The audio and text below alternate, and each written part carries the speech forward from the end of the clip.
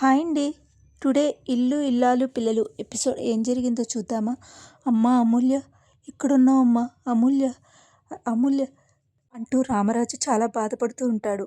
ఇది చూసిన వల్లి వాళ్ళ అమ్మా నాన్న ఏమైపోతాడో ఏంటో నీ వల్ల అని చెప్పేసి అంటే, ఏదేమైనా మనకు సంబంధం లేదు అని అంటాడు. కానీ ఓ పక్కన అందరూ చాలా బాధపడుతూ ఉంటారు. అందరూ అమూల్య అమూల్య అంటూ బుజ్జమ్మ రామరాజు చాలా బాధపడుతూ ఉంటారు. అయినా సరే ఏమి అందరూ అలాగే చూస్తారు.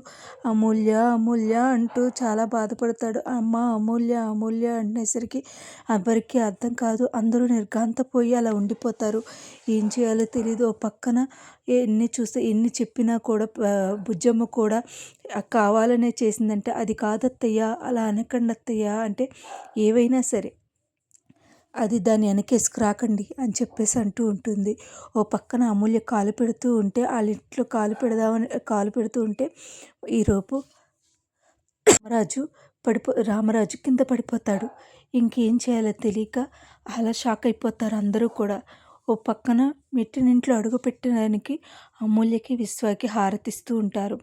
ఇలా జరుగుతూ ఉండగా ఓ పక్కన రామరాజు పడిపోతే కుప్పకూలిపోయి అందరూ మావయ్య, నాన్న, ఏవండి ఏవండి అని అందరూ చాలా బాధపడుతూ ఉంటే తీసుకెళ్తూ ఉంటే అది చూస్తున్న స్నేహ, అది చూసిన భద్రావతి చాలా సంతోషపడతారు.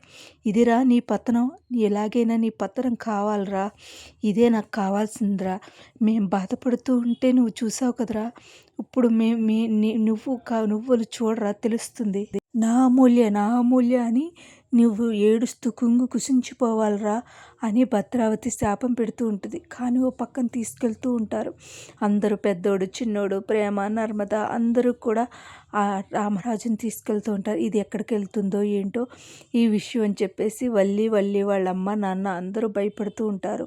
ఓ పక్కన హాస్పిటల్ తీసుకెళ్ళి అడుగుతారు, ఏంటిది, ఏమైంది, అసలు ఏమైంది, ఆగండి అని చెప్పేసి తీసుకెళ్ళేసరికి ఆ డాక్టర్ అన్ని పరీక్షలు చేసి చాలా కంగారుగా ఉంటారు.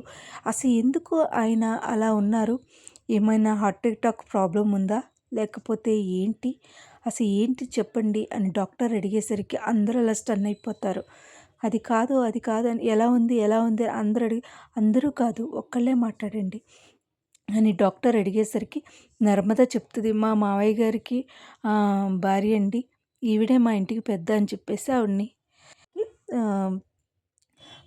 అడుగుతారు. మన బుజ్జమ్మ అడుగుతుంది, ఏంటి, ఏమండి ఏమైందండి, మా ఆయన గారికి ఏమైందండి, ఆయనకి వినకూడని విషయం ఏదో విన్నట్టు, జరగకూడదని విషయం ఏమైనా జరిగిందా, ఎప్పుడైనా దెబ్బలాట్లు అలాంటివి ఏమైనా జరిగినాయి, అలాంటివి జరిగితేనే ఇలా స్ట్రోక్ వస్తుంది కాబట్టి ఏంటి అంటే, అది కాదండి వల్లి వాళ్ళ అమ్మ అంటుంది, అది కాదండి వాళ్ళ అమ్మాయి వాళ్ళ గిట్టనోళ్ళ వాళ్ళు ఎదురింట్లో ఉంటారు, వాళ్ళ అబ్బాయితో లేచిపోయింది, అందుకనే ఆయనకి హార్ట్ అటాక్ వచ్చింది, ఏం మాట్లాడుతున్నావు పిన్ని, అలా చెప్పచ్చు అని చెప్పేసరికి ఇంకా డాక్టర్ గారు ఏమీ పెట్టించుకోకుండా, నేను అన్ని రకాలుగా ప్రయత్నించి చేస్తాను, మీరు జాగ్రత్తగా ఉండండి, నేనైతే నా ప్రయత్నంలో నేను ఉంటాను, కానీ ఆయనకి ఎప్పుడూ కూడా ఎలాంటి విషయాలు కూడా చెప్పకూడదు, అలా అయితేనే నేను సేవ్ చేయగలను అని అనేసరికి బుజ్జమ్మ చాలా కంగారు పడుతుంది.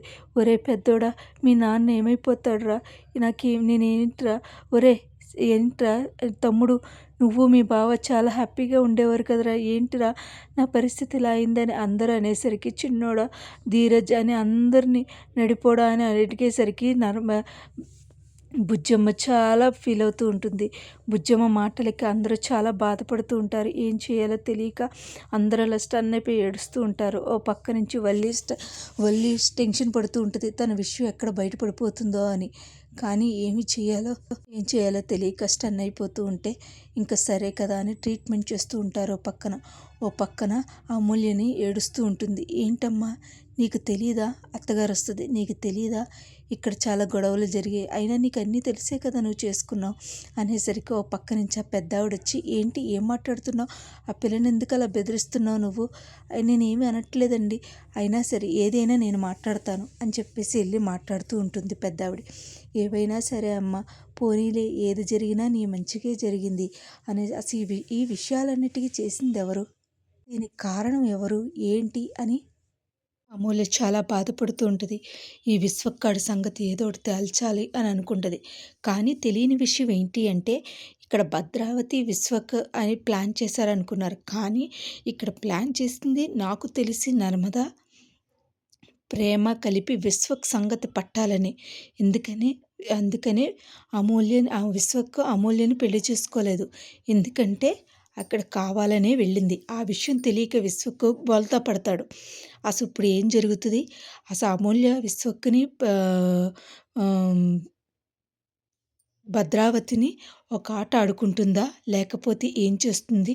అసలు వాళ్ళిద్దరి మధ్యన ప్రేమ పెరుగుతుందా? అమూల్యకి, విశ్వక్‌కి. అసలు ఈ ఆటంతా నడిపింది ఎవరు? మనమందరం అనుకుంటుంది వల్లి వాళ్ళ అమ్మా, నాన్న. కానీ అక్కడ జరిగేదంతా వేరే విషయం. అసలు ఏం జరిగింది? ఎనకాల ఏం జరిగింది? ఆ రోజు రాత్రి ఏం జరిగింది? అనేది మనం ముందు ఎపిసోడ్‌లో తెలుసుకోవాలండి.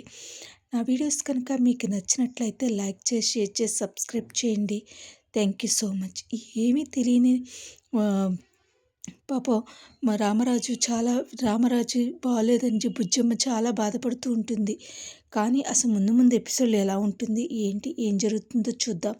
నా వీడియోస్ కనుక మీకు నచ్చినట్లయితే లైక్ చేసి, షేర్ చేసి, సబ్స్క్రైబ్ చేయండి. Thank you.